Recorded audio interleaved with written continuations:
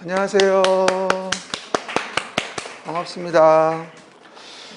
올해 이제 새롭게 기본이론 수업을 이제 시작하게 됐어요. 그래서 이제 우리가 또 1년 동안 열심히 또 관계복교를 보고 시험 보러 가야 돼요. 이제 뭐 새로 시작하는 거니까 제 이름 정도는 알아야 되겠죠? 근데 난 이 K 커처가 참 마음에 안 들어요. 그죠? 아무리 봐도 안 닮은 것 같아요. 그죠? 뭔가 좀 됐어요. 뭐라고요? 제 이름은 이상곤이고요. 아시는 분 다 아시겠죠? 그래서 이제 우리가 앞으로 1년 동안 관계복교에 대한 과목에 대해서 우리가 보게 될 건데, 이 감정평가 관계복교에 대한 부분은 굉장히 좀 내용이 많아요, 사실은요. 그래서 이게 어려운 거는 내용 자체는 들으면 다 이해가 돼요. 근데 어려운 건 이게 뭐가 어려운 거냐면 많아서. 그렇죠? 법이 이제 9개가 되다 보니까 이걸 도대체 제가 어떻게 요리해야 할지 책만 보고 있으면 한숨만 나와요. 웜에 1000페이지가 넘네, 이거 언제 다 볼까 막 이러거든요. 근데 그걸 내가 다 보게 해드리니까. 그렇죠? 그래서 하시면 되고, 다만 이거를 한 가지 안내 말씀드리면, 기본 강의만 듣고 문제집을 혼자 풀려고 이런 분들이 있는데, 그런 상황의 것이 아니에요. 그냥 6개월은 그냥 수요일 날 관계복교에 맡기세요. 그게 맞아요. 그렇죠? 괜히 이것저것 재다가 실패해요. 그렇죠? 6개월을 들어도 이게 80점이 나온다는 보장이 없어요. 관계복교는 80이 나와야 돼요. 그렇죠? 그래서 관계복교에서 80점을 찍어줘야지 우리의 짝꿍, 회계학, 그렇죠? 짝꿍 있죠? 맨날 회계하는 거, 그렇죠? 죄를 짓고 회계하고, 그렇죠? 회계학에서 40점 나왔다고 한다면 20점 커버가 되어져요. 여기서 커버해줘야 돼요. 다른 과목도 있는, 그건 다른 과목 커버하세요. 그렇죠? 경제학 같은 건 커버하는 건 다른 과목으로 하면 되는 거고, 이 같은 짝꿍이니까 관계복교는 회계학은 커버시켜줘야 돼요. 여러분이 회계학이 40꽈락 넘는 게 쉬운 게 아니에요, 절대로. 가장 난관이 회계학이잖아요, 사실은. 1차 과목 중에서는. 그러다 보니까 이 관계복교 점수가 안 나와버리면 우리가 감당이 안 돼요, 솔직히 얘기하면. 그러니까 나오는 거 부분 제가 잘 알려드리니까 나오는 거 위주로 내용 보시면 하면 되고, 그리고 관계복교 자꾸 오해하시는 분이 어떤 오해를 하시냐면은 그냥 드립다 외우면 되는 줄 알아요. 아니에요. 이게 외워져요, 이게? 무슨 내용인지 물어 외워질까요? 안 외워져요. 그렇죠? 그러니까 외워지지 않는데 외우게 해줘야 되는 겁니다. 어떻게? 그렇죠? 전체 흐름 얘기해주고 목차 얘기해주면서 노래 불러가면서 신나게. 그렇죠? 여러분의 지친 수험 생활에 한 줄기 오아시스가 되고 싶은 그런 사람입니다. 그렇죠, 여러분?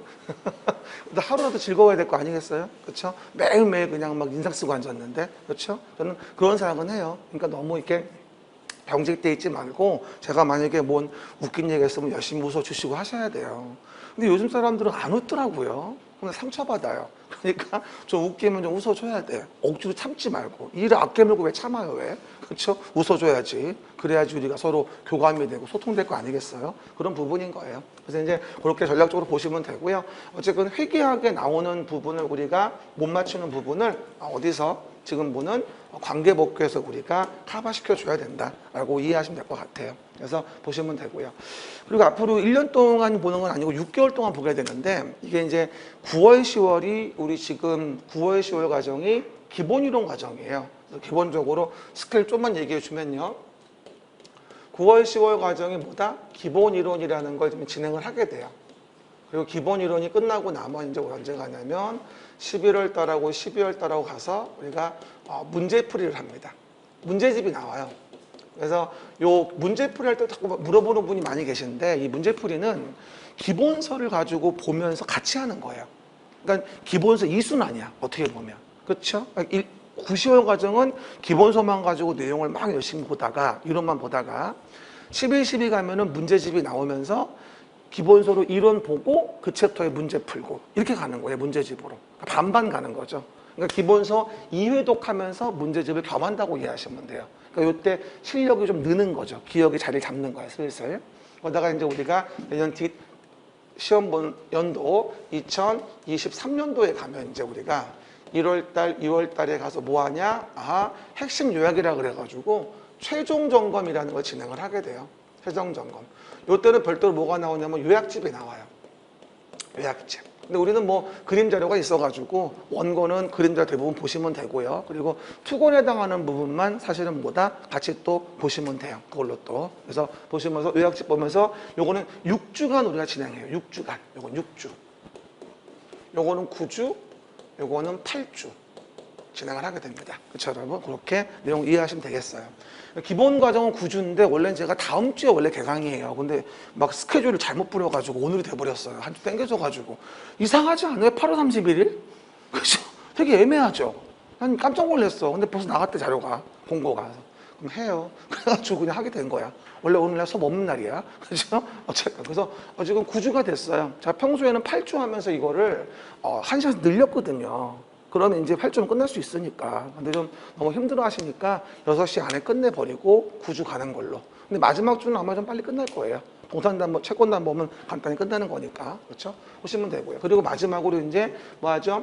2월 말 정도, 3월 첫 주에 시험 본다는 전제하에, 그렇죠? 2월 말 정도에 이제 문제 80선. 그렇죠? 이라고 해서 요거 특강을 또 진행할 거예요. 그래서 2번 정도 진행해서 문제 80선 요거 정리해서 볼 거예요. 2월 말경에. 그래서 하나 우리가 주의할 건 마지막에 공부를 뭘로 할 거냐고 한다면 이 문제 80선을 잘 봐야 돼요. 그렇죠? 제가 12월 달 한 번, 1월 달 한 번, 2월 달 한 번. 그러니까 11월 달, 12월 달, 1, 2월 달. 그러니까 모의고사가 3번을 보게 되는데요. 모의고사가. 그죠? 12월하고 1월하고 2월 3번을 볼 거예요. 그럼 3번에 여기 40문제, 그렇죠? 마찬가지 40문제 있겠죠? 4, 3, 12. 그리고 여기 80문제. 그러면 200문제예요. 4, 5, 20이니까. 요 200문제로 마무리하는 거예요. 나중에는. 예상 문제집 다시 푸는 거 아니에요. 이거 풀다가 정신병 걸려요. 혼자 풀려면. 그렇죠? 굉장히 두꺼워요. 그래서 이거는 이 이론을 한 번 더 보기 위한 방법인 거고 나중에 마무리할 때는 우리 요약집하고 그림 자료. 문제는 모의고사 3번 본 거하고 뭐 하죠? 요 마지막 특강 80선. 이렇게 해요. 문제는 200문제로 마무리하는 거야. 그리고 모의고사 수준에 대한 부분은 12월 달이 하, 1월 달이 중, 2월 달이 상. 이렇게 제가 배치해놨어요. 상중하. 그래서 문제 겹치지 않게 내가 집어넣을 거예요. 그래가지고 나중에 요거 120문제, 그 다음에 특강 문제, 80문제, 그래서 200문제 가지고 문제는 정리하시면 돼요. 그럼 그 중에서 30개는 나와요. 항상. 아무리 안 나와도. 이 사람 믿어요. 보기에는 일이 생겼어도 공부 열심히 해요. 그렇죠, 여러분? 연구 많이 하고. 그러면 이 적중은 뭔지 알아요? 공부 열심히 적중하는 거예요. 공부 안 하면 적중 못 해요. 시료를 못 읽으니까. 그렇죠? 그렇게 이해하시면 돼요. 강사는요, 여러분도 마찬가지지만 노력 안 하는 순간 도태되고 끝이에요, 그걸로. 그렇죠? 이것도 봐요. 얼마나 잘 만들었어요. 그죠? 이쁘죠? 이거 하느라고 내가 3일 동안 죽을 뻔했어, 아주 그냥. 왔다 갔다 하면서. 봐요. 어쨌든, 그래서 보시는 바가 저렇게 스케줄 얘기해 주고요. 앞으로 진행할, 말씀드리는 거니까 다른 질문하지 마시고 하란 대로 하시면 돼요. 쓸데없는 거 하지 말라는 거 하지 말고요. 말 안 한 거 질문하지 마세요. 필요 없어요. 시간 낭비야. 그 시간에 하라는 거나 똑바로 하세요. 그러면 빨랑 붙을 수 있어요. 알았죠? 제가 매번 느끼는 건데 평가사 수험생들이고 중개사 수험생들 문제가 뭐냐면 꼭 하지 말라는 걸 봐요. 그리고 보고 이해 안 되니까 물어봐. 나오지도 않을 거. 그런 거에 힘 낭비하지 마세요. 나올 만한 거 보기도 숨가빠요. 솔직히 얘기해서. 너무 많아가지고. 그렇죠? 말하지 않은 건 궁금하지 말고 말하지 않아도 알아요. 이러지 말고. 그렇죠? 보면 안 돼. 말한 것만 해도 힘들어. 아셨죠? 그 점 좀 찍어주시면 됩니다. 여기 앞으로 우리가 1년 동안 보게 될 안개벗기고 동그라미 들어가 있지. 나 안경 쓰고 싶어. 눈이 안 망가져, 이상하게. 눈이 잘 보여서. 지금도 1.5, 1.5예요. 나이가 50이 넘었는데도 지금도. 근데 50 안 돼 보이지 않아요? 그래, 60대 보이죠? 봐봐요. 그래서 보시면, 여기서 보시면 알겠죠. 그러면 이제 첫날부터 볼 거니까요. 첫 페이지 펴보세요, 기본서. 그리고 요거, 설명드리면, 그림 자료라고 하는 데 하나 나올 거예요, 이렇게요. 이게 원고는 그림 자료가 있어요, 제가. 근데 원고는 이제 여러 가지 상황에서 이제 도시를 알아야 되고 내용을 알아야 되기 때문에 그림이 필요한데요. 우리가 투권 같은 경우 개별 사실이기 때문에 그림 그릴 만한 내용이 없어요. 어차피 요약집이야 그거는. 그렇죠? 그래서 투권은 그림 자료가 없고 원권의 경우에만 그림 자료가 있어요. 그래서 투권에서 그림 자료 없냐고 물어보지 마세요. 나중에 어디 1월 달에 요약집 나오면 그 요약된 걸로 보시면 되는 거예요. 그렇죠? 그리고 이제 그림 자료는 원권만 있다라고 이해하시면 돼요. 특성상 그런 거예요. 그렇죠? 내가 투권을 주기 위해서 안 하는 게 아니라 특성상 그런 거라고 오해하지 말고. 그렇죠? 그리고 요거는 앞으로 6개월 내에 써야 되니까 받아가지고 이렇게 스프링해서 카바 두꺼운 거 넣어가지고 보관하고 가져다니세요. 나중에 좋은 자료가 되니까 꼭 이걸로 공부하게 될 겁니다. 동영상 보시면 참고하시고요. 요거는 프린트 하시면 돼요. 컬러로 하면 이쁘니까 컬러로 하세요. 알았죠? 아마 얘기 보시면 되겠죠. 그럼 이제 오늘 우리 배울 거 관계복귀에 대한 부분들 내용 정리해 봅시다. 그러면 첫 페이지에서 뭐가 되죠? 우리가 내용 본다라고 한다면 첫 페이지 6페이지가 보일 거예요. 그래서 행정법 통론이라고 나오죠. 됐어요? 우리가 부동산 관계복규라는 거를 공부를 한다고 해요. 관계복규라고 하는 거는 여러분 아다시피 어느 권역에 대한 부분을 공부하는 거냐라는 게 이제 관건이 되어지겠죠. 매번 얘기하지만. 그죠? 근데 우리 이런 말씀을 드려볼게요. 예를 들어서 이제 이런 게 있는 거죠. 예를 들어서 우리가 뭐 토지가 하나 있어요. 토지가 하나 있는데 요 토지 위에다가 이렇게 토지가 있는데 요 토지라는 것을 갑이란 자와 누가 을이란 자가 이를 거래하려고 하는 거예요. 보통 일반적으로 우리가 매매한다 보통 이렇게 얘기를 하죠. 매매한다. 그렇죠? 갑이 팔고자 하고 을이 사고자 하고 매매를 하는 거예요. 그럼 이런 경우일 때 갑과 을은 누구예요? 기본적으로 개인과 개인이란 말이에요. 개인과 개인인 거죠. 그렇죠? 그럼 개인과 개인과 서로 간의 청약승낙 의사표시에 의해 가지고 평등한 의사표시로 모두 계약을 하게 되거든요. 이걸 보통 우리 뭐라 하냐면 사법관계라고 합니다. 기본적으로. 그래서 우리가 법률관계를 법이라는 걸 공부를 할 때 뭐 법이라는 게 뭐 지켜야 할 거다 뭐다 이렇게 보통 알지만 기본적으로 사법이라는 것과 공법이라는 거로 구분이 되어지게 돼요. 기본적으로 봤을 때. 그렇죠. 근데 여러 가지 썰이 많아요. 사법, 공법의 구별식은 아마 행정법 배울 때 많이 배우실 거고. 그렇죠. 간단히만 얘기합니다. 그래서 여러 가지 썰이 많지만 어쨌든 당사자가 개인간이다. 서로 지배 우월적이지 않다. 평등하다. 이런 관계에 대한 부분을 보통 사법관계로 보는 게 다수설 판례 입장이긴 합니다. 그렇죠, 여러분? 그러면 여기서 이런 경우 개인과 개인 간의 관계를 규율하는 거 이게 바로 뭐냐면 주로 민법에서 배워요, 사실.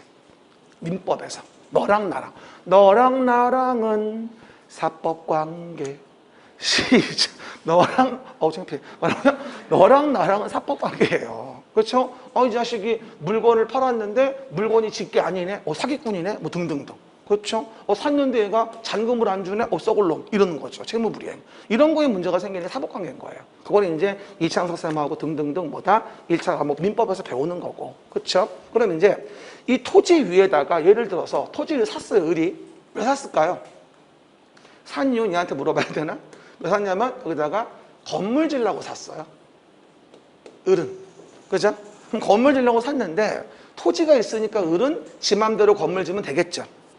그래요, 안 그래요? 안 되죠. 혼나요. 잡혀가고 벌금 맞아요. 성역가고. 그렇죠? 그래서 이런 경우 을은 건물을 지려면 적법하게 해야 되는데 누구에게? 공공의 관청한테 가서 허가를 받아야 돼요. 뭐라고요? 공공의 관청한테 가서 뭐다? 허가를 받아라. 허가 받으세요. 요 건물 짓는 데 있어서. 허가 받으면 이 건물 자체 건축이 적법해져요. 그죠? 그러면 요 법률 관계는 누구랑 거예요? 너랑 나랑인가요? 아니면 나랑 공공 간의 관계인가요? 나랑 공공 간의 관계죠. 그렇죠? 당사가 달라졌어요. 그리고 공공의 주체가 나를 지배 우월적 지위에서 뭐 하냐면 행위 제한에 가해요. 지배 우월적 지위. 평등하지 않은 거죠. 그렇죠? 그러면서 행위 제한을 가한다? 뭐 때문에? 공공의 복리를 증진시키기 위해서. 헌법 23조에 근거해서. 라고요? 공공복리 증진에서 행위 제한을 가한다. 그러면 우리가 공법이라는 걸 배운다는 가장 큰 목적은 뭐냐면 감정평가를 앞으로 해야 되는데 이 토지에 대해서 어떤 건물을 질 수 있고 이 토지에서 뭘 할 수 없는지를 알고 어떤 행위가 있는지 알아야지만이 우리가 이 토지에 대한 평가를 할 수 있거든요. 그러다 보니까 당연히 행위 제한이 뭔지를 알고 싶은 거예요. 우리가 알고 싶은 건.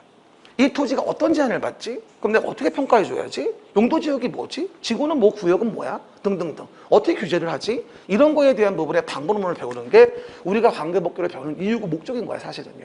그래서 법상으로는 이제 공공복리 증진을 위해서 규제를 가한다고 얘기하지만 우리가 배우는 목적은 행위 제한을 뭘 받는지를 알고 싶은 거야, 사실은.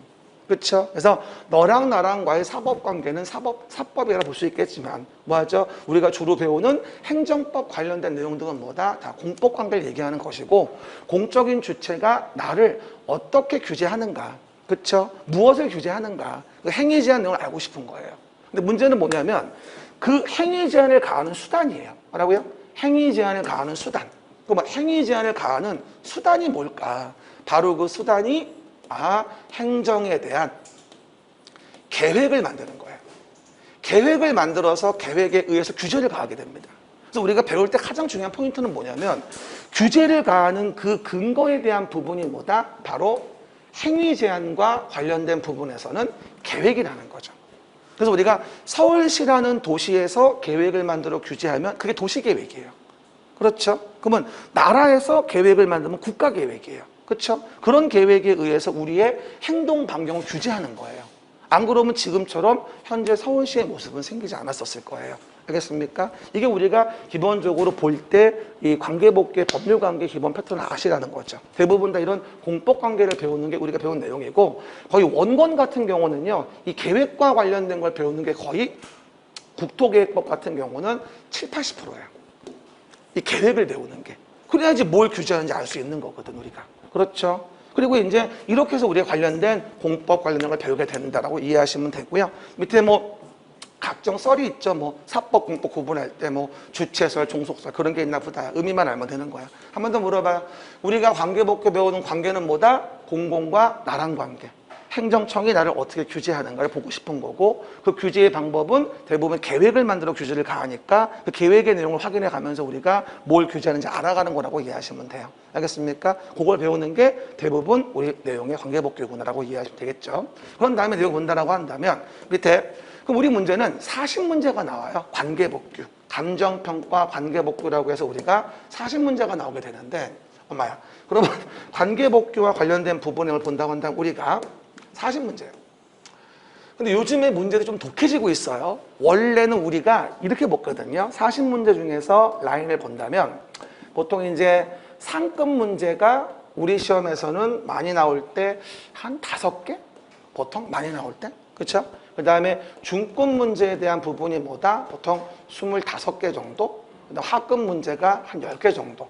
보통 이런 식으로 문제가 나오는 게 기본 패턴이긴 했어요. 근데 요즘 들어가지고 약간 좀 중개사 같은 필을 받아 그런지 요거 10개? 뭐하죠? 요거 20개? 요거 10개. 이런 식으로 가는 패턴 요즘에 보여요. 요즘 들어가지고. 그러니까 조금씩 어려워지고 있다는 게 느껴집니다. 과거보다는. 그죠? 그리고 여러분 아시겠지만 관계법규 우리 평가사는 1차잖아요, 이게. 그러다 보니까 문제가 별로 안 어려워요. 근데 중개사 공법은 2차거든요. 굉장히 어렵습니다. 그렇죠? 달라요. 그래서 그런 이유 때문에 평가사가 더 어려운 시험에도 불구하고 실제 시험 가보면 우린 1차이기 때문에 그 특성상 별로 어렵게 안 나오는 게 기본이거든요. 2차에서 가름하는 거지 1차는 의미 없잖아, 솔직히 얘기해서. 그냥 세팅 기본만 보는 거니까. 근데 요즘에 좀 어려워지고 있어요. 그 이유를 분석해보면 중개사 기출 내셨던 분들이 자꾸 평가사 시험을 내시는 것 같아요. 담당 교수들이. 그러다 보니 문제가 수준이 비슷해지는 것 같아요. 개론도 마찬가지잖아요. 원론도 원래 이렇게 안 어려웠어요. 원론이 안 그랬고 간단했거든요. 정말 상식으로 풀 수 있는 거였단 말이에요. 요즘에 안 그래요. 그래서 원론도 다른 무슨 뭐 간단하게 하시는 수업 들으시면 안 돼요. 기본적으로 하는 건 들어야 돼요. 우리 하와패스 하시는 분 들으시면 되는 거니까 염려하지 마시고. 그렇죠, 여러분? 여러분이 보통 평가사분들은 단과로 많이 들으시는데 짧게 하는 수업은 이제 아닌 것 같아요. 원론 같은 경우는. 그건 아셔야 돼요. 그렇죠? 어려워지고 있어요. 옛날 같지 않아. 짧게 하는 거 타당하지 않아, 지금은. 기본적으로 할 건 다 해줘야 돼. 그렇죠? 그 얘기를 보시면 되고. 그래서 요즘 이런 경향이 돼 있는데 40문항을 보는 우리 관계법규는 크게 3가지로 봐요. 첫 번째 세팅이 뭐냐면 이거예요. 국토의 계획 및 이용에 관한 법률. 이게 첫 번째 세팅인데 40문제 중 13문제가 나와요. 이 법이. 봐봐요. 분석해 볼게요. 봐봐요. 국토를 계획하자. 계획이 나오면 뭐라고 아셔야 돼요? 계획이 나오면 규제. 이렇게 외워요, 그냥. 뭐라고요? 계획이 나오면 뭐다? 이건 규제예요. 아, 국토를 계획하자. 왜? 이용을 규제하기 위해서. 뭐라고요? 국토를 계획하자. 왜? 이용을 규제하기 위해서. 이게 국토의 계획 및 이용하는 법률이에요. 근데 국토는 넓어요? 겁나 넓어요? 우리 입장에선 겁나 넓어요. 우리 입장에선. 중국보다 좁지만. 그렇죠? 근데 국토를 한꺼번에 계획하는 건 상당히 어렵죠. 그래서 이 국토를 도시 단위로 계획을 하게 돼요. 도시 단위로. 전국의 특별시, 광역시, 특별자치시, 특별자치도, 시군이 160여 개가 있어요. 전국에. 그러면 각각의 도시마다 계획을 만드는데 이걸 우리가 도시계획이라고 해요. 무슨 계획? 도시계획. 그러면 그 도시마다 계획을 만들어 그 도시를 규제하는 거예요. 현재 우리 이렇게 서울시가 만들어진 것처럼 도로, 뭐 하천, 집, 무슨 상가 등등등 배치하는 거죠. 어떻게 할지. 어떤 토지가 어떻게 이용되고 어떻게 규제되어야 될지 이걸 규제라는 거예요. 그걸 배우는 게 우리가 관계법규를 배우는 가장 첫 번째 원인이에요. 사실은요. 아까도 얘기했다시피 감정평가할 때 가장 중요한 법이 뭔다? 이 법이에요. 국토의 계획 및 이용에 관한 법률. 아주 기본이고 가장 중요하다고 보시면 돼요. 토지의 이용의 규제이기 때문에 이게. 그렇죠? 그래서 국토를 계획하자, 이용을 규제하기 위해서. 그래서 40문제 중에서 이 법은 13문제가 나와요. 30%가 나오는 거죠. 30% 넘는 거야, 가지고 본다면. 그렇죠. 12개, 13개니까. 그렇죠. 그러니까 30% 가까이 된다라고 이해하시면 되겠죠. 그래서 우리 배우는 거에 거의 9주 수업하면 4주나 3주? 그 정도 수업하는 게 이 법이에요. 그래서 오늘하고 다음 주, 그 다음 주까지 이 법을 볼 겁니다. 그렇죠? 그럼 봅시다. 그러면 도시마다 계획을 만들어 규제를 하자. 그러면 거기서 뭐 하죠, 우리가? 아, 건물을 짓고 싶다. 빨리 건축물. 그러면 건축물 지을 때, 에버바리는 따라하라는 얘기야. 건축물. 그렇게 하는 거야, 그렇게. 이게 맞춰주는 거야. 뭐라고요? 에버바리 건축물. 알았어, 봐봐. 그러면 건축물이 있죠? 건축물을 지어요. 그러면 요 계획에, 도시 계획에 어긋나는지 안 어긋나는지 봐야 되겠지. 적법하면 뭐해? 허가받아서 건물을 져. 이걸 정한 법이 건축법이야. 두 번째 법이지. 그렇죠? 첫 번째 법에서 13문제가 나오는 국토계획법이 있고, 국토계획법 짧게 국토의 계획 및 이용 법률인데 앞으로 짧게 국토계획법이라 부를게요. 이게 공식 명칭이야. 짧게 부를 때. 알겠죠? 그 얘기. 그러면 그 국토계획법에 의한 도시계획에 타당해야지 요 토지 위에다가 내가 아파트를 짓고 싶어요. 그러면 아무데나 질 수 있는 게 아니야. 아파트를 지으려면 요 토지가 아파트를 지을 수 있는 규제 대상인지 아닌지를 봐야 돼. 거기 맞아야만 건축법에서 관악구청이 허가를 내줘. 그러면 건축 허가를 받고 적법하게 건물을 짓게 돼. 그게 건축법 네 문제야. 이해 가시겠죠? 그럼 봐요. 그렇게 지어놓은 건축물은 그러면 세월이 흘러 40년이 되고 20년이 되고 30년이 되면 어떻게? 홍삼 먹고 회춘해서 쌩쌩해질까? 점점 노후불량해질까? 점점 노후불량해져. 아주 외교 온도의 진실한 집이 되어지지. 밖에가 추우면 안엔 더 춥고 밖에가 더우면 안엔 더 덥고 이런 집이 되어버린단 말이야. 놔두면 안 되지 이거. 이거 개량을 해야 돼. 근데 우리는 뭐라 하냐? 노후불량 건축물을 개량한다고 합니다. 그 노후불량 건축물을 뭐다? 개량하는 사업을 우리가 정비사업이라고 해요. 뭐 말이야. 정비사업.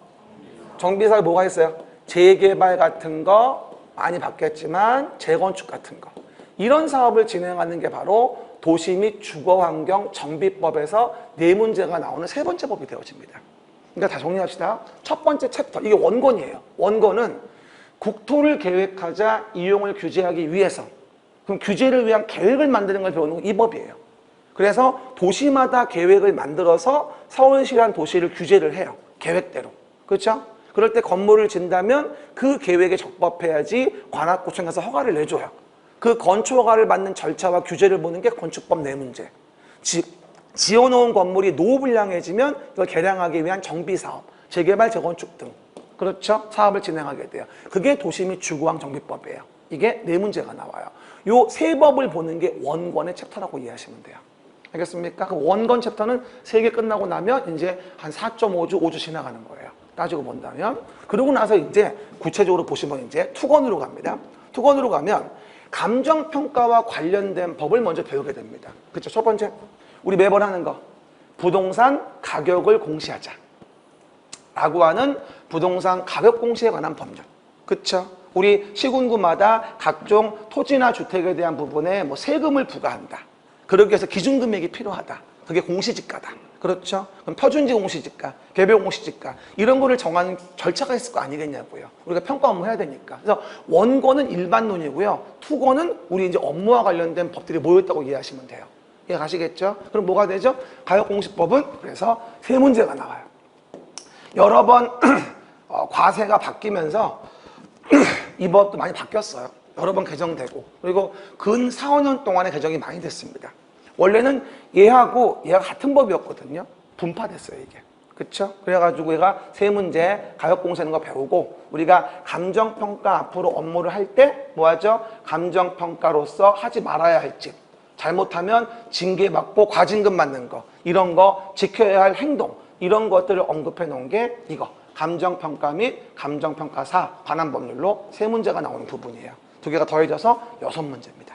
그렇죠? 보통 이거는 한 주 정도나 한 주 좀 더 끝냅니다. 그렇죠? 그리고 나오는 문제가 뻔해요. 근데 요번에 두 법 다 개정이 많이 됐어요. 특히나 감정평가법도 계속 우리 평가사들이 도덕적 해이를 부리는 것을 통제하기 위해 점점 독해지고 있어요. 규제에 대한 부분이. 가끔 가다가 평가사 붙고 이제 업무하다가 가끔 전화 오시는 분들이 그래서 이 법을 물어보는 분이 있어요. 이거 물어봐요. 왜 물어볼까요? 그렇죠? 해석을 물어보고 막 이래요. 그럼 내가 너무 잘못했냐? 이거 아니겠어요? 잘못한 짓 하지를 말아야 돼. 그렇죠? 가장 하지 말아야 할 일이 뭔지 알아요? 돈 받고 원하는 대로 평가해 주는 거. 하지 말아야 되는데 많이 해요. 그렇게 사실 솔직히 얘기해서. 그렇죠? 유도행위, 요구행위 이런 거 하면 안 되는 거지. 금지돼 있어. 그렇죠? 하지 말라고. 근데 하지 말라고 하고 싶잖아. 그래서 어쨌든 그것 때문에 많이 물어보는 분이 많아요. 그렇죠? 그 얘기예요. 근데 아직 좀 개정이 되긴 됐는데 좀 미흡해요. 조문이 앞뒤가 안 맞는 게 많아. 그걸 제가 지금 협회나 각종 이렇게 위원회 얘기하고 있어요. 고쳐야 된다고 매번. 제가 4개 정도 올려놨는데 모르겠어요. 봐야 알지. 개정될지 안 될지. 그 두 가지 배우는 게 이게 6문제고요. 그 다음에 이렇게 우리가 감정평가를 해요. 근데 감정평가를 하는데 문제는 뭐냐면 감정평가를 하면 뭐부터 해야죠 우리가? 서류 먼저 보잖아. 공부조사. 그쵸? 등기부 보고 뭐 대장 보고 뭐 도면 보고 하잖아. 근데 평가서를 땄는데 등기부를 볼 줄 몰라. 그렇죠? 대장 도면을 볼 줄 모르는 거야. 이게 바보지 바보. 그렇죠? 그러다 보니 안 되겠다. 그러면 우리 지적 공부나 아니면 등기부 볼 수 있게 절차법은 내용으로서 공간정보 구축 및 관리에 관한 법률, 공시와 관련된 법률을 배우자. 부동산에 대한 표시, 소유권에 대한 권리 이런 것들이 공시가 된 장부, 그렇죠? 공부 이거에 대한 부분을 우리가 어떻게 읽어야 되고 확인해야 될지를 알아야 되니까 뭐하죠? 공간정보 구축 및 관리에 관한 법률이라는 걸 배우면서 우리가 토지에 대한 부분의 정보를 중심으로 표시되어 있는 공간정보 구축 및 관리에 관한 법률 쉽게 말하면 토지의 표시, 지적에 대한 걸 배우게 됩니다. 뭐라고요? 토지의 표시, 지적 이게 4문제가 나오는 법이에요. 왜냐면 우리가 감정평가하려면 당연히 이와 같이 뭐하죠? 베이스 깔려있는 장부가 있어야 되거든요. 그래야 알 거 아니야. 면적이 얼마고 뭐 어떤 형태의 토지고 뭐 알아야지 평가할 거 아니겠냐고. 그렇죠? 그 얘기들. 그래서 지적을 배우는 게 요 법이고 4문제가 나와요. 이게. 그렇죠? 그리고 나서 토지하고 뭐하죠? 토지하고 건물에 대한 부분에 대해서 권리라는 걸 중심으로 표시되어 있는 장부가 있어요. 이게 등기부라는 장부인데 등기법에 의해 따로 배우게 됩니다. 이건 토지 건물 다해서 권리 중심에 대한 법이거든요. 등기법. 그래서 소유권에 대한 권리, 뭐 부동산에 대한 표시라든가 부동산 표시 표제부, 그렇죠? 소유권에 대한 권리 갑구, 소유권 외의 권리 을구. 이게 보면서 등기부를 보는 방법, 이걸 배우는 게 등기법인데 등기법도 4문제가 나오는 부분입니다. 그래서 나중에 되면 거의 한 8주차쯤에 얘하고 얘를 보게 될 거예요. 8주차, 9주차쯤에. 그쵸? 그래서 내용에서 한 주 반이나 그 정도 진행하는 게 부동산 등기법하고 공간정보 구축 및 관리에 관한 법률들. 저는 철저하게 문항수가 몇 개냐에 의해서 시간 배분을 합니다. 문항수 적은 건 빨리, 문항수 많은 건 오래. 이럴 수밖에 없어요. 그게 맞는 수업 방식이에요. 문제 조금 나오는데 오래 하면 안 되지. 그럼 말이 안 되는 소리지. 그쵸? 그 얘기예요. 그리고 마지막으로 가장 마음에 안 드는 법인데 공시와 관련된 3번째 법인데요. 동산 채권담보라는 법이 있어요. 대한민국에서 이거 시험 보는 거 평가사밖에 없어요. 그렇죠? 동산 채권담보. 그렇죠? 요거 관련된 거를 배우는데 놀라지 마세요. 한 문제 나와요. 욕 나와요. 그렇죠? 근데 이게 형식이 이 등기나 이런 것들은 다 물적 편성주의거든요. 물건 중심으로 편성하는 장부인데 이거는 인적 편성이에요. 사람 중심 편성입니다. 그러다 보니까 굉장히 인적 편성이고 얘는 물적 편성이라서 우리 일반적인 공시는 물적 편성이 기본적인 태도거든요. 근데 인적 편성하다 보니까 굉장히 헷갈려요, 이게. 안 맞아. 뭐랑 같은 거냐면 우리 국내에서 운전할 때 우측 통행이잖아, 항상. 모든 운전 이런 것들이. 근데 외국 가면 좌측이잖아. 운전대도 반대로 돼 있고 그런 느낌이야. 쉽게 얘기하면. 더 어려워졌다, 이상하게. 봐요. 쉬우라고 얘기하는데. 그러다 보니까 인적 편성, 사람 중심으로 편성하기 때문에 좀 어려워요. 근데 한 문제밖에 안 나오는데 나오는 부분은 정해져 있는 것 같아요.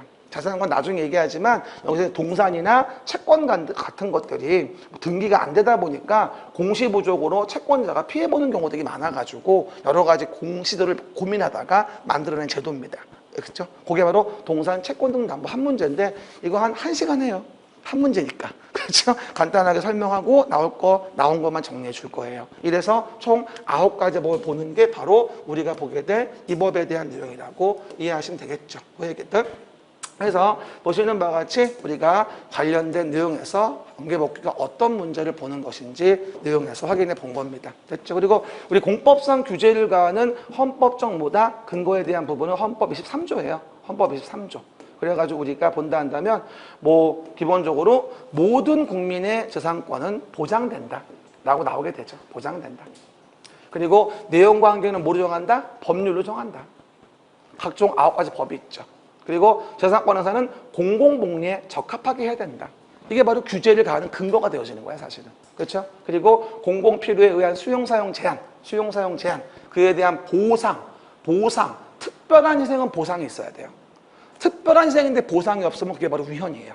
그렇죠? 그래가지고 우리가 개발제한구역 내에서 무리하게 오랫동안 아무것도 못한 규제를 가하는 거.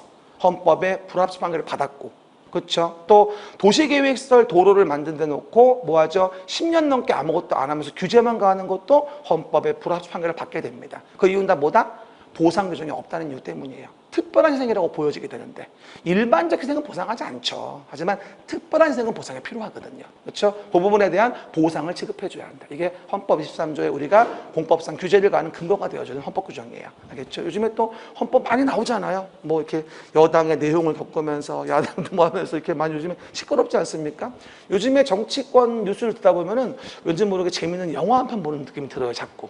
뭔지 모르게. 주인공은 젊은 사람 같고, 그렇죠? 그래서 뭐 불의와 싸우는 그런 느낌 들기도 하고, 또 반대로는 반대 같기도 하고, 모르겠어, 잘. 어쨌건 정치 얘기는 안 하는 걸로 됐고요. 그래서 다음 페이지 봅니다. 그럼 이제 여러 가지 뭐 법의 내용이 나오는데, 뭐 이런 거 중요하지 않아요. 이론 같은 거 중요하지 않습니다. 그럼 다음 페이지 봅시다. 요게. 9페이지 보시면 이제 행정작용에 대한 부분에 대한 걸 좀 보게 됩니다. 봐봐요. 이 부분의 내용을 좀 볼 때는 우리가요, 좀 라인만 좀 잡아주면 되거든요. 라인만. 봐봐요. 일단 행정주체와 아까 제가 법률관계 얘기했잖아요.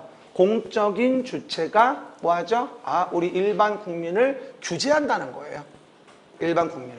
그죠? 아까 설명드린 바와 같이 뭐라 했냐면 제가 여기다가 토지가 있으면 이 토지를 뭐하죠? 건물을 지으려고 한다 이 얘기죠. 건축물을 짓는다. 그러면 을이란 자가 건물 지으려고 한다면 행정청인 어디다? 서울특별시, 특별시장이나 원칙적으로는 뭐가 되죠? 관악구청장. 이런 행정청한테 가서 나 건물 지을 거예요 라고 허가 신청을 합니다.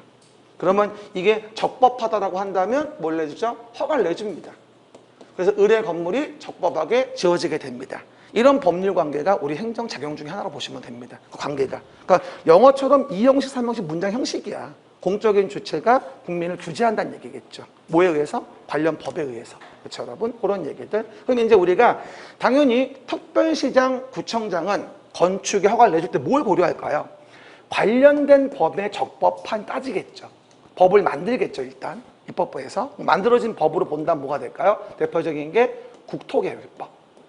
국토계획법에서 계획에 어긋나지 않는지, 도시계획상 그리고 그 계획에서 법에서 만들어진 도시계획상 계획에 적법한지 따져보는 거예요. 그리고 건축물 건축에 대해서 개별 건축이 건축법상 타당한지, 관련 법이 어긋나지 않는지 이런 것들을 법이 만들어진 것에 검토를 해보고 법에 의해서 근거한 계획이 어긋난지 판단해 보셔야 되고, 그렇죠? 그런 다음에 모든 게 적법하다면 이제 뭐다? 행정행위, 허가를 내주는 거죠. 쉽게 얘기해서. 그러니까 행정행위는 뭐라고 이해하시면 되면 단독행위인데 권력적 단독행위예요. 법률행위를 봤을 때 권력적 단독행위. 공적인 주체가 우월적 지위에서 일방적인 표시로 허가, 불허가 하는 거거든요. 여러분, 관악구청장이 나한테 허가할 때 허락받고 허가합니까? 불허가할 때 허락받고 불허가해요? 뭐 청약 승낙합니까? 아니야. 단독행위야. 그래서 행정행위는 권력적 단독행위라고 이해하시면 돼요. 알겠습니까? 그게 행정행위. 그래서 쉽게 말하면 이런 상태에서 법에 어긋나지 않고 계획에 어긋나지 않으면 허가를 내주겠다는 얘기야. 허가를 내주는 그 자체가 바로 뭐야? 행정행위인 거야.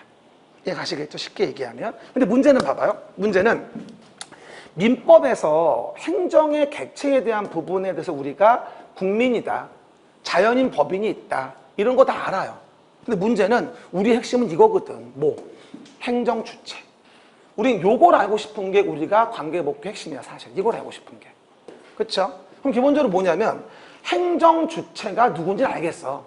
국가, 지방자치단체, 뭐 공법인이 있는데 공법인 신경 쓰지 말고 국가지자체, 쉽게 얘기해서 이런 자가 행정 주체야. 근데 이런 행정 주체들이 행정 객체로부터 뭔가의 인허가 신청 받았을 때 행정 주체가 의사표시를 해야 되는데 의사표시할 입이 없는 거야.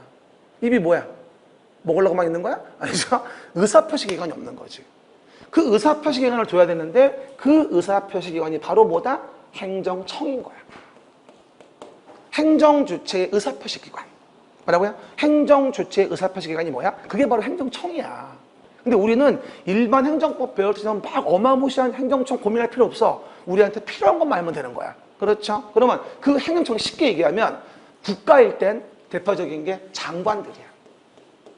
장관들. 우리 부동산 관련된 국가 행정청은 누구였어? 국토교통부 장관이지. 그죠? 그래서 우리는 항상 뭐다?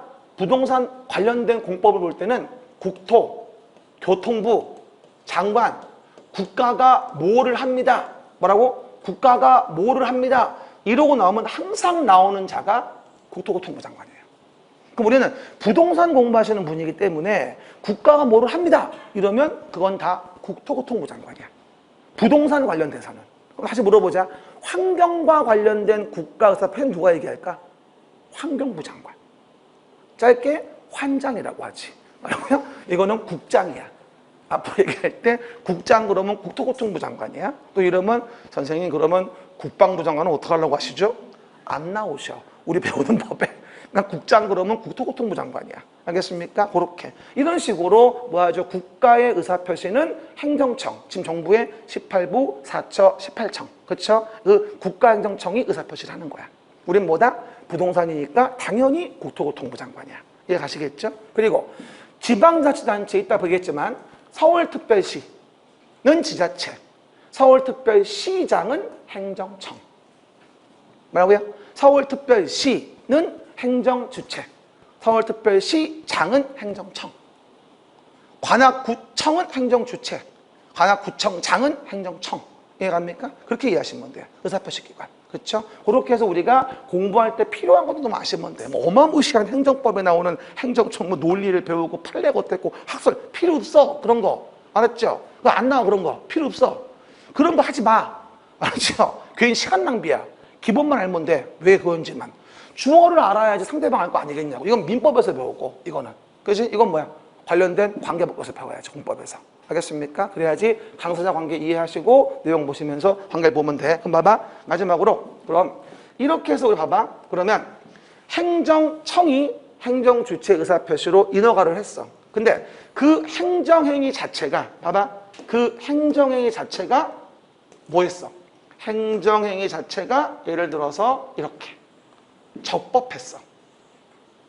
관악구청이나 서울시장이 한 처분이 적법했어. 그럼 어떻게 돼? 아하, 사인의 의무가 변동돼. 그렇죠? 자기, 부자기, 급부, 수인 등 여러 가지 의무가 생기는 거야. 어떤 행위를 해야 돼, 하지 말아야 돼, 돈을 내야 돼, 참아줘야 돼. 이런 의무가 생기는 거지. 그렇죠? 그리고 나서 그게 잘 안 먹혀. 말을 안 들어. 이런 자들이. 그러면 실효성 확보 수단이 필요해.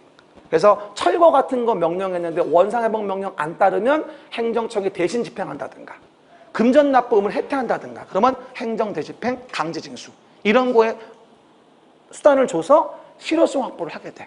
그래서 항상 우리가 관계복지를 볼 때는 꼭 이런 말들이 나와. 뭐 무슨 법에 의했는데 무슨 계획이 있었는데 뭐를 안 지켜먹고 뭐 안 들었다 그래가지고 원상회복을 명령했다. 그럼 어떡한다? 다음 나온 단어가 행정대집행이야. 그리고 뭐 했는데 돈을 안 냈다. 강제징수야. 그렇죠? 이런 식으로 나와요. 다 행정청이 할 수 있는 것들이야. 행위 아니면 강제징수는 말이 안 되겠지. 그렇죠? 하지만 그런 행정행위가 뭐였다? 만약에 위법했다 이 얘기야. 행정행위가 위법했다. 예를 들어서. 그러면 우리 사인들의 뭐다? 권리구제가 또 언급이 되어지는 거야. 이게 행정구제라고 하지. 주로 2차 과목은 이 권리구제 쪽에 포커스가 맞춰져 있어. 2차 과목은. 따지고 본다면. 어떻게 구제받을 건가? 어떻게 보상을 더 받을 건가? 그걸 따지는 게 2차 과목이야 사실은. 그렇죠? 그러다 보니 권리구제로서 대표적인 게 이의 신청하는 거. 처분청에 재심사 청구하는 거지. 처분청에 재심사 청구. 그래서 이의 신청이 나오면 항상 처분청이 누군지를 봐야 돼. 그래야 이의 신청을 제기할 수 있는 상대방이 누군지를 알 수 있는 거야.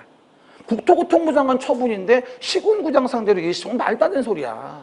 국장이 처분청이니까 국장의 이의 신청. 시군구장 처분청이면 시군구장의 이의 신청인 거야. 이건 처분청의 재심사 청구 절차. 이걸 이의 신청이라고 합니다. 그러면 이의 신청 상대방은 금방 이해할 수 있어. 누가 처분청인지 알면 되는 거니까. 그렇죠? 그 얘기. 물론 뭐 이의 신청도 뭐 본래 이의 신청이냐 뭐냐 아니냐 따지긴 하지만 그런 거는 행정법 얘기고 필요 없어. 우리는 우리 거 말면 돼. 그렇죠? 그리고 쟁송. 행정쟁송 제기할 수 있지. 쟁송은 심판과 소송이라고 하고. 아주 2차 배울 때 사이드로 배울 거야. 슬슬 조금씩. 깊은 것도 아니야. 살짝. 그렇죠? 우리 쓸 필요 있는 것들만 배우게 될 겁니다. 그렇게 보는 게 이게 일반적인 법률 관계입니다. 요걸 이제 아시면 우리가 배우게 될 관계법규의 스토리는 어느 정도 알고 있는 거라고 보시면 돼요. 이런 스토리를 하나하나 배워가는 거다라고 이해하시면 됩니다. 별로 안 어렵죠? 생각보다. 안 어렵잖아. 다 아는 건데 뭐. 그지? 처음 들어? 그래서 보시면 되고요. 그럼 이제 하나만 봐볼게요. 여기서 중요한 거 요거. 행정주체와 행정청. 요거 간단히 보고 마무리할게요. 이번 시간. 밑에 겁니다. 처음에 공부할 때 가장 많은 질문이 이거예요. 행정주체 의사표시를 위해서 우리가 행정청이라는 걸 배우게 되는데 행정청의 구조. 이걸 몰라서 다들 힘들어하죠. 대부분들이 기본 이론 오늘 1교시만 얘기를 해요, 제가. 그 다음부터 안 해요. 근데 이거 안 듣고 11월 문제풀이를 듣지. 그러면 어디는 국장이고 어디는 서울시고 어디는 뭐 성남시고 막 이래. 뭐예요? 기본 이론 들으세요. 안 끊었는데요. 방법이 없어요. 그렇죠? 그건 매번 할 수가 없어. 시간이 없어가지고. 첫날만 하는 거야, 오늘만. 그렇죠? 저는 1년 농사 수업 중에 가장 중요한 수업이 첫날이라고 봐요. 첫날 수업을 못 들으면 뭘 하는지를 몰라. 그래서 가장 바보 같은 사람들이 첫날 빠지는 거야. 오리엔테이션이니까 뭐 빠지지 뭐. 본인이 다 알아 그 상황을. 그렇죠? 가장 중요한 게 1교시인데. 그렇죠? 명심하셔야 돼요. 봅니다. 그러면 행정주체 의사표시를 위한 행정청을 배웁니다. 의사표시 기관. 그러면 대표적인 게 국가. 국가라는 행정주체의 행정청. 지방자치단체라는 행정주체 행정청이 있습니다.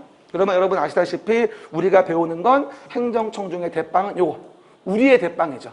국토교통부 장관. 요즘엔 제주도지사 하시다가 국주로 올라오신 원희룡 장관님이 계시죠.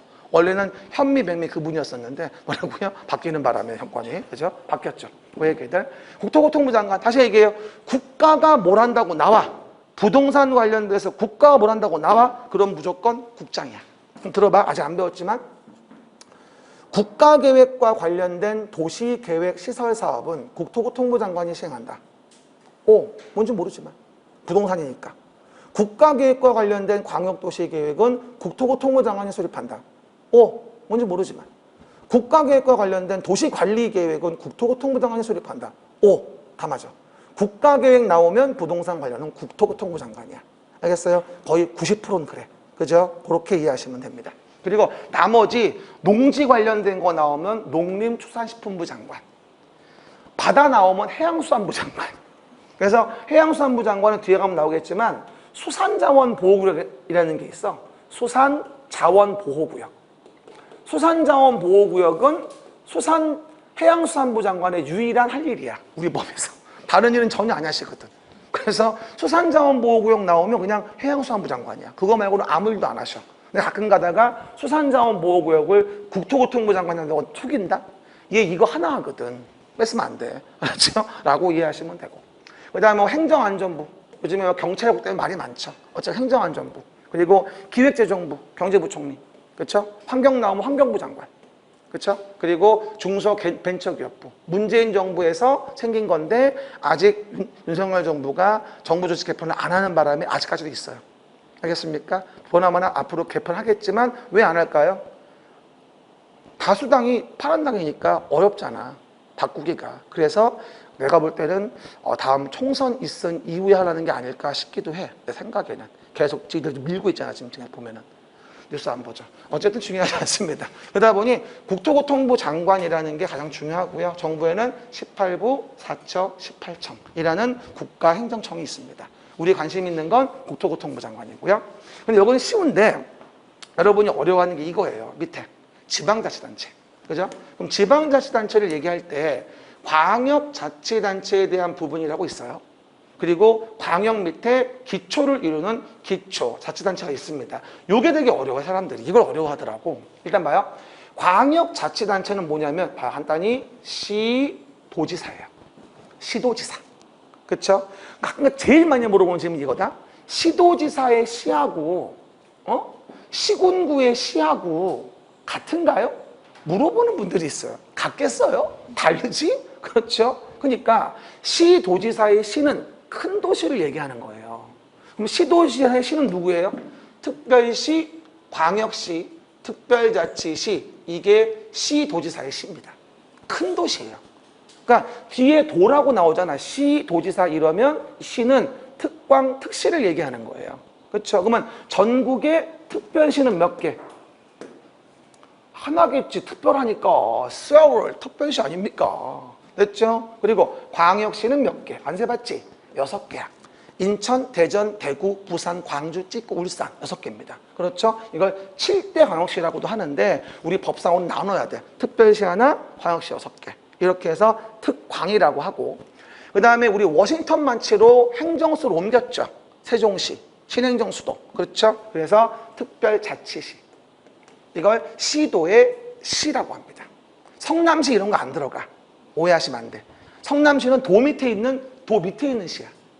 이해 가시게 달라요. 그 얘기. 그럼 봐봐. 그러면 특별시, 광역시 밑에 뭐가 있냐? 아하, 특별시, 광역시 밑에는 지방자치단체로 보는 자치구라는 게 있어요. 서울특별시 관악구, 인천광역시 연수구 이런 식으로. 그렇죠? 그러면 그 특별시, 광역시 밑에 있는 구는 이거는 지방자치단체인 구라고 해서 건축의 허가권 등의 각종 행정청 권한을 가지게 됩니다. 이걸 기초자치단체. 그래서 우리가 일반적인 건물 건축은 관악구청장이 허가하지만 나중에 배우지만 21층 이상으로 큰 건물 질 때는 특별시장 등이 허가하게 됩니다. 그렇죠? 허가권도 분리가 돼 있어요. 큰 건물은 위로 올라가고 작은 건물은 동네에서 허가한다고 이해하시면 돼요. 이해 가시겠죠? 근데 하나 재밌는 게 광역시에는 군수도 있어요. 인천광역시 연수구도 있지만 중구도 있고 인천광역시 옹진군, 인천광역시 강화군. 그 강화군에 놀 게 많다고 하대. 루지 타는 것도 재밌다고 그러고 나 한번 가보려고 아들내미 데리고. 그렇죠? 어쨌든 그래서 뭐가 한다? 오해 말 거. 광역시 안에 군수는 여기 따로 있다는 거. 광역시 밑에는 자치구도 있고 군도 있어요. 부산광역시 어디 있지? 기장군. 멸치와 미역의 도시 기장군. 나 가봤다? 멸치 맛있어. 미역하고. 그렇죠? 그리고 대구 달성군. 그렇죠? 이런 식으로 광역시 밑에는 군 단위도 있다는 거예요. 그래서 보통 구청장 등 이렇게 나오면 구청장 등 나중에 정비법에 가면 나오는데 구청장 등이라고 나오면 자치구의 구청장과 자치군 이런 군을 포함해서 얘기하는 거예요. 알겠죠? 그렇게 이해하시면 되고요. 하지만 특별자치시 밑에는 기초자치단체가 없어요. 읍면동만 있어요. 이 읍이 1읍이 조치원읍이에요. 읍면동은 행정의 업무 분장이지 지자체 권한이 없습니다. 그럼 이걸 뒤집어 얘기하면 뭔 소리인 줄 알아요? 뒤집어 얘기하면 봐봐. 세종특별자치시는 모든 권한은 세종특별자치시장한테 있어요. 간단히 얘기해서. 그죠? 그러니까 밑에 시군구 아무것도 없어. 그러니까 세종특별자치시 나오면 고민하지 말고 모든 권한은 세종특별자치시장한테 있구나. 이렇게 이해하시면 돼요. 왜? 기초자치단체가 없으니까. 이해가셨죠? 별도 법이 있어. 세종특별자치특별법이 있는데 거기 나와 기초자치단체를 두지 않는다. 이러고 나옵니다. 알겠습니까? 그거 이해하시고요. 그다음 도 좀 봅시다. 그러면 도와 관련된 부분은 일단 도는 두 가지로 구분해 볼 수 있는데요. 도는 그냥 일반적인 도가 있고요. 그 다음 제주특별자치도가 있습니다. 제주특별자치도 마찬가지. 제주특별자치도는 밑에 기초자치단체가 없습니다. 모든 권한은 도지사한테 있어요. 그렇죠? 이렇게 말하면 어떤 분이 그래요? 뭔 소리예요, 쌤? 저번 주에 제주도 갔다 왔는데 제주시, 서귀포시 있더만요. 물어보는 분들이 꼭 있어요. 이거는 행정시라 그래서 지방자치단체가 아니에요. 그냥 업무 분장이에요. 그러니까 제주도는 도지사만 선거합니다. 시장 선거 없어요. 그렇죠? 이것도 어디 있다? 제주특별자치도 특별법에 나와요. 기초자치단체 두지 않는다고. 그렇죠? 결론적으로 뭐다? 특별자치시하고 특별자치도는 모든 권한이 그들에게 있어요. 그럼 물어볼게요. 제주특별자치도, 제주시 건물줘요. 누가 허가권자예요? 도지사. 예, 가시겠죠? 유일하게 제주특별자치도지사는 허가권자가 됩니다. 그쵸? 기초가 없기 때문에. 그죠? 어떤 분이 제주시장 허가하던데요? 그건 위임된 겁니다. 그쵸? 위임 위탁은 고려하지 않습니다. 그쵸? 어쨌건 법상 원칙을 얘기하는 거예요. 알겠죠? 그거 오해하지 말고요. 근데 문제는 이 그냥도야. 다 했어. 그냥도. 이 도 밑에는 뭐가 있냐면 기본적으로 시군이라는 게 있어요. 시군. 도 밑에. 됐죠? 시군이 있는데 재밌는 건 시장 군수는 아시죠? 인구 많고 도시 크면 시장이고 인구 없고 도시 작으면 군수야 일반적으로. 근데 광역시의 군수하고는 다르니까 혼동하시면 안 돼. 조문 볼 때 광역시의 군수를 제외한다는 조문이 왕왕 나와요. 그쵸? 대표적으로 도시계획을 안 만들어요. 광역시의 군수는. 왜? 광역시가 만드니까. 굳이 할 필요가 없는 거지. 하지만 도 밑에 군수는 별도로 뭐하죠? 도시계획을 만들거든요. 그쵸? 그럼 봐봐. 그러면 여기서 도 밑에 시장 군수가 있어서 봐봐. 기초자치단체다 라고 나올 때는 뭐라 하냐? 시장, 군수, 구청장 이렇게 얘기해요. 큰 건 시도지사, 작은 건 시장, 군수, 구청장 이렇게 얘기하고요. 그쵸? 근데 봐봐. 마지막 중요한 거. 근데 그 도 밑에 시 중에서 하나 물어보죠. 저는 정확히 말하면 경기도 의왕시에 살아요. 안양 옆에, 과천 옆에. 그렇죠? 그러면 경기도 과천시, 경기도 의왕시 이런 쪽은 인구 몇 만인 줄 아세요? 과천시는 10만도 안 되고요. 의왕시는 15만도 안 돼요. 그렇죠? 그런 도 밑에 시도 있고요. 경기도에서 가장 인구 많은 시 수원시 130만이에요. 그죠? 두 번째 고양시 115만이에요. 그죠? 세 번째 용인시예요. 105만. 그렇죠? 등등. 그리고 이제 성남시, 부천시 등등 하면서 인구 100만, 인구 50만 이상 되는 시도 많아요. 그럼 여기서 뭘 봐야 돼요, 우리는? 도 밑에 시인데 똑같은 시가 아니라는 거예요. 그래서 우리 법은 권한을 분류하기 위해서 그 시 중에서 인구가 50만 명 이상 되는 시를 대도시라고 붙이게 됩니다. 대도시. 그럼 앞으로 대도시 이러면 서울특별시 기억하시면 안 돼요. 이건 특별시예요. 그죠? 대도시는 도 밑에 있는 시인데 인구가 50만 이상인 시를 대도시라고 합니다. 이거 명확히 외워놔야 돼요. 그래야 조문이 오늘 이해가 됩니다. 뭐라고요? 도 밑에 있는 시이지만 인구가 50만 명 이상이다. 이를 뭐라 불러요? 대도시. 그럼 경기도 고양시는 대도시인 거예요. 그러면 나중에 이따 얘기합니다만 대도시의 시장이라고 한다면 그래서 대도시는 도지사한테 허락받지 않아요. 좀 더 많은 자치권을 인정해줘요. 뭐라고요? 좀 더 많은 뭐다? 자치권을 인정해주겠다. 도지사의 결정권에서 좀 많이 놔주겠다. 스스로 알아서 해라. 넌 다 컸으니까. 쉽게 말해서 부모가 애를 낳았을 때 뭐하죠? 대학 가고 군대 갔다 오고 직장 가고 장가 갔어. 그럼 뭐야? 놔주잖아 좀 적당히. 그게 대도시야 일종의. 다 컸다 이 얘기지. 쉽게 얘기하면. 하지만 뭐야? 조그만 도시는 부모가 딱딱 관리해줘야 돼. 어디 가지 마. 사 먹지 마. 뭐 하지 마. 이런 식으로. 그렇죠? 맨날 우리 아들이 그래요. 맨날 하지 말라고만 한다고 나보고. 그쵸? 그래서 아무 말도 안 하려고. 뭐라고요? 어쨌건. 그래서 시장의 일반 시와 대도시의 시. 그럼 불러볼게 말해보세요. 서울, 특별시, 대구, 광역시, 성남, 대도시. 성남 대도시, 고양, 대도시, 세종, 특별자치시, 제주, 특별자치도, 과천, 시, 가평, 군, 인천광역시, 옹진, 군. 예, 가셨죠? 그렇게. 근데 한 가지 궁금한 게 시장, 군수, 자치구의 구청장하고 동급으로 보잖아요. 왜 자치구의 구청장은 시군과 동급으로 볼까? 그 궁금증을 얘기해 주면 안양시 인구가 65만이거든요. 그죠? 근데 서울에 25개의 구가 있는데 서울시에서 인구 가장 많은 구가 송파구예요. 송파구 인구가 70만이에요. 그러니까 경기도 밑에 시군과 이 특광 밑에 자치구는 인구수가 거의 동급이에요. 다이다이라고 이해하시면 돼요. 그래서 시군, 자치구를 동급으로 보는 거예요. 알겠습니까? 그렇게. 서울 중에 인구 제일 적은 구는 중구죠. 중구. 왜? 익스펜시브 혼돈이 가까이 돼 있어서. 그렇죠? 비싸니까. 그렇죠? 뭐 아직 아파트 많이 못 져요. 중구가 5만 몇 개 안 돼요. 5만 5천 명밖에 안 됩니다. 그렇죠? 엄청나게 차이 많이 나죠. 송파구하고는. 그 얘기. 이게 이제 내용이에요. 정리하면 everybody 시도지사, 시장, 시도지사. 그럼 봐봐요. 우리 조문 나올 때 조문에서 앞으로 오늘 배울 텐데 시도지사는 이러고 나와요. 조문이. 그리고 가로에 뭐라고 되어 있냐면은 아파요. 문제에서 특별시, 광역시, 특별자치시, 도, 특별자치도 읽기가 겁나 힘들죠. 그러면 쫙 쓴 다음에 가로라고 쓴다. 이하 시도지사라 한다. 이러고 나와요. 다 쓰기 힘든 거야. 누구도? 법 만드는 놈도.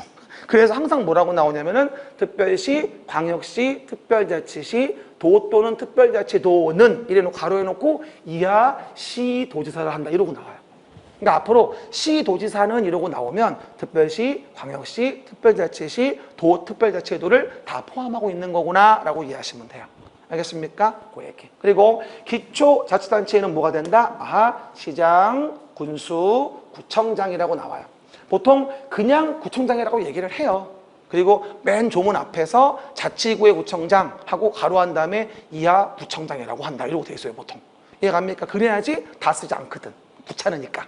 이해 가시겠죠? 그렇게 이해하셔서 레벨 따지면 됩니다. 그래서 앞으로 권한자가 누구냐? 그러면 국가행정청이냐, 지자체행정청이냐, 그게 광역이냐, 기초냐. 이것에 의해서 아래에 있는 분들은 위에 가서 주로 승인을 받고, 위에 가서 승인을 받고, 위에 있는 분들은 아랫분한테 위임 위탁을 하고, 그렇죠? 그런 식으로 조문이 흘러가요. 그러다 보니 이 구조를 알아야 무슨 말인지 알아요. 아셨죠? 여기 이제 행정 원론 부분이고요. 나머지는 됐어요. 우리가 이거 할 필요 없어. 그리고 다음 페이지 봐봐. 하나만 더. 행정계획이라고 나오지? 아까 얘기했던 거. 행정계획의 의의만 좀 읽어봅시다. 행정계획. 행정주체가 장래 일정 기간 내 도달코자 하는 목표 설정하고요. 그를 위한 필요한 수단들을 조정 통합하는 작용, 결과, 활동 기준을 얘기합니다. 그래서 행정계획이라고 하는데 이 계획에 의해서 보통 뭘 한다? 규제를 가하는 거예요. 규제를 가하는 근거가 행정계획이에요. 그죠? 근데 이 봐요.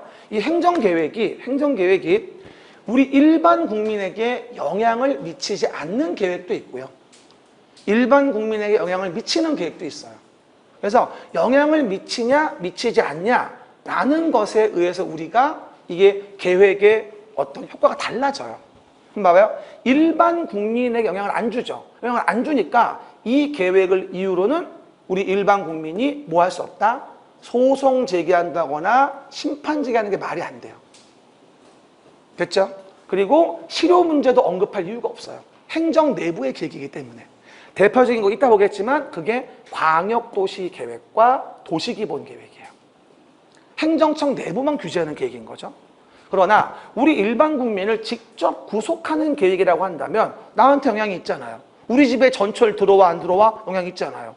온데 놓고 저기다 만들었어? 짜증나잖아요. 이런 경우 생길 때 뭐하죠? 평등이 안 맞잖아요. 형평이 안 맞고 타당하지 않고 봤더니 저쪽에 전철역 만든 이유가 정부에 국회의원이 있어서 그렇다는 거야. 그러면 안 되지. 그런데 그런 일이 있어 없어? 많아. 그렇죠? 그러면 안 되는 건데. 그럼 뭐야? 불만 있지? 그러면 심판소송 제기할 수 있고, 그리고 잘못됐으면 실효 문제가 생길 수도 있고. 그렇죠. 그 대표적인 게 바로 뭐다? 도시 관리 계획이라는 것과 지구 단위 계획. 대표적인 게 이게 일반 국민에게 영향을 미치는 계획입니다. 오늘 다 배울 거야. 광역도시계획, 도시기본계획, 도시관리계획, 지구계획이 뭔지를 하나하나 배울 거야. 근로 규제를 당하는 게 누군지 그걸 알아야 돼. 한 번 더 이게 공법은 당사자 관계가 공적인 주체가 일반 국민을 규제하려고 하는 거야. 왜? 공공복리 증진을 위해서. 근데 규제를 가하는 방법이 뭐야? 계획을 만드는 거야.